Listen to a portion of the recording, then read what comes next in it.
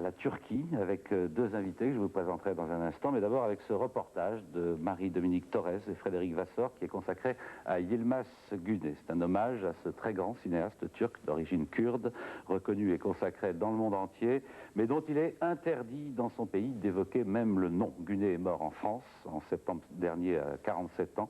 Il s'était évadé de Turquie en 81 où il purgeait une peine de prison pour une histoire de meurtre où sa culpabilité, là encore, n'avait jamais été établie clairement. On lui reprochait surtout d'avoir mis sa grande popularité au service du combat pour les libertés et les droits de l'homme. Yılmaz Güney.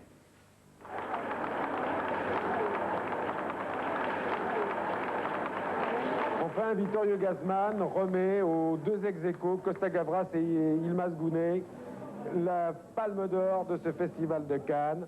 En les associant, ces deux cinéastes ont salué le travail de ces deux auteurs en faveur des droits de l'homme.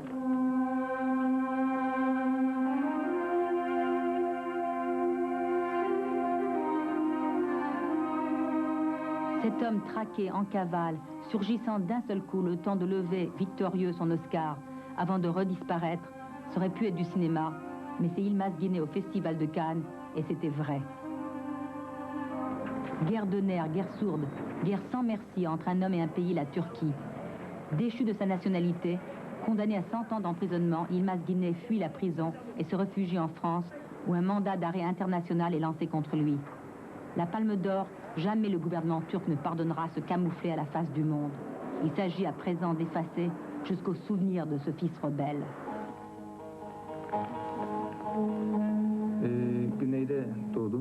Je suis né dans le sud de la Turquie, je suis fils de paysan. Mes parents viennent du Kurdistan cependant. Et je connais très bien les paysans kurdes et les paysans turcs. Jusqu'à l'âge de 17-18 ans, ma vie essentiellement est passée entre eux. J'ai grandi avec leurs douleurs, avec leurs joies, avec leurs amours. Et en tant qu'artiste, leur situation m'a énormément marqué. Et c'est un devoir pour moi de parler d'eux.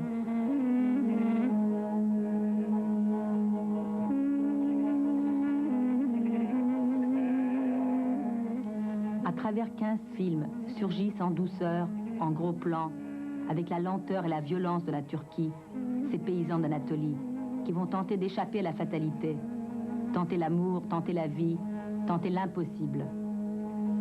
Sur ces visages, Yılmaz Güney imprime la première révolte, contre les traditions qui étouffent, sclérosent et piétinent tout sentiment.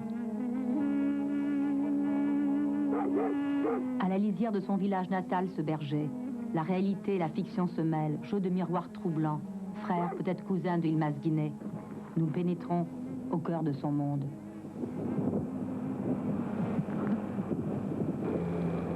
Enfant pauvre de cette terre aride, Yılmaz Güney est destiné au ramassage de coton. Son père, petit métayer, souhaite qu'il devienne fonctionnaire. Sa mère fait des ménages chez les riches. Oui, l'exploitation, la misère, l'humiliation, Yılmaz Güney connaît. Oui, l'homme se bat sur tous les fronts à la fois et rêve de voir jaillir l'étincelle de la révolte d'ici, de Yenice, son village. Mais 6 ans après le tournage du troupeau, le village est étrangement silencieux, immobile, comme figé pour l'éternité. Que reste-t-il de toutes mes passions, pourrait dire l'enfant chéri, aujourd'hui disparu? Que reste-t-il de Yılmaz Güney dans son propre village? Yılmaz Güney, you know? Bien sûr qu'elle sait. D'ailleurs, toute la Turquie et surtout le monde du cinéma connaît Yılmaz Güney. La popularité de cet acteur, qui dans les années 60 tournait 3 à 4 films à la fois, est inimaginable. Bien plus idolâtré que James Dean, Delon ou Belmondo, bien plus que les acteurs pourtant célèbres de ce film en cours de tournage à Istanbul.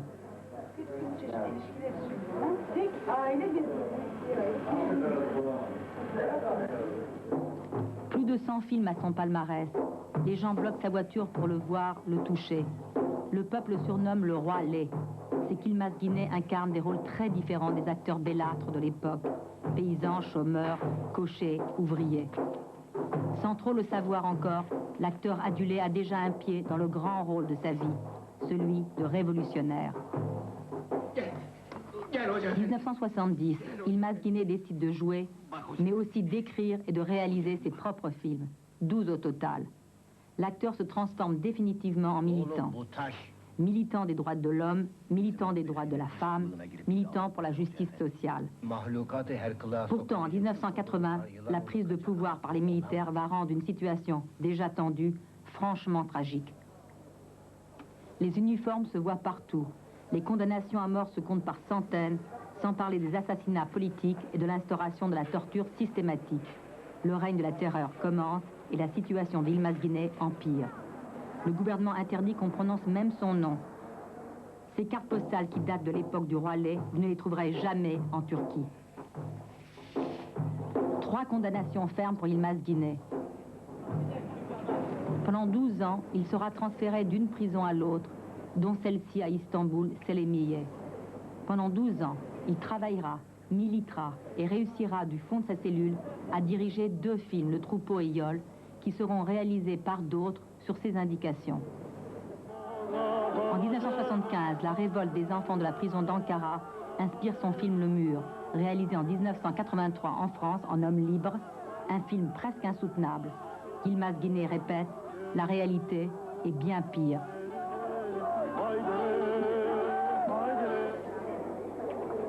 Atmosphère détendue à cette vente de livres à Istanbul. Beaucoup d'auteurs, le cœur à gauche, y vendent sans tracasserie apparente leurs ouvrages, caricatures, lettres de prison. Ici, aucun ouvrage de Yılmaz Güney.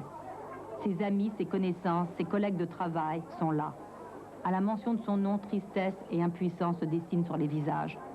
Dans un coin, un ami d'enfance nous demandera de lui décrire, scène par scène, ses derniers films. Il n'en a vu aucun. Pourtant, Yılmaz Güney a publié 6 livres. Nous les avons filmés, tous en cachette.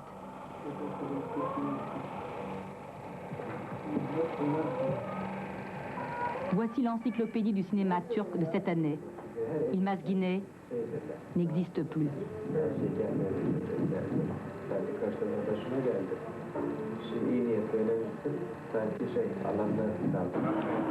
2 hommes tranquilles dans Istanbul.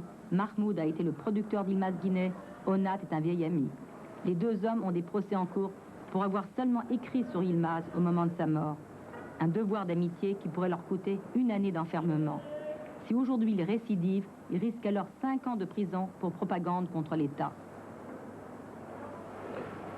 My name is Mahmut Ali Engeren. I am originally a broadcaster and I have worked for the state radio and television since 1956, and I also taught at the State University in Turkey. And presently I work as a freelance reporter, writer and producer for private companies and newspapers. Je m'appelle Onat Kutlar, je suis écrivain et en même temps j'étais le directeur de la Cinémathèque turque pendant 12 ans. Donc cette institution est déjà fermée depuis 4 ans. J'ai écrit le scénario pour les films, dont le premier a été projeté en France avec le titre Kamen d'Istanbul. Maintenant, je travaille comme un écrivain privé. Écrivain privé, traduisez, plus de films, plus d'émissions à la télévision. Pour 2 articles publiés dans 7 revues. L'éditorialiste qui mesure parfaitement les risques encourus écrit « Il y a des choses qui doivent être dites, quelles qu'en soient les conséquences ». Dès le lendemain, la revue Vidéo-Cinéma n'existe plus.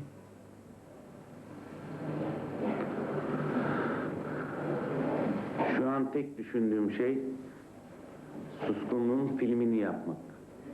Ama nasıl yapacağımı bilmiyorum.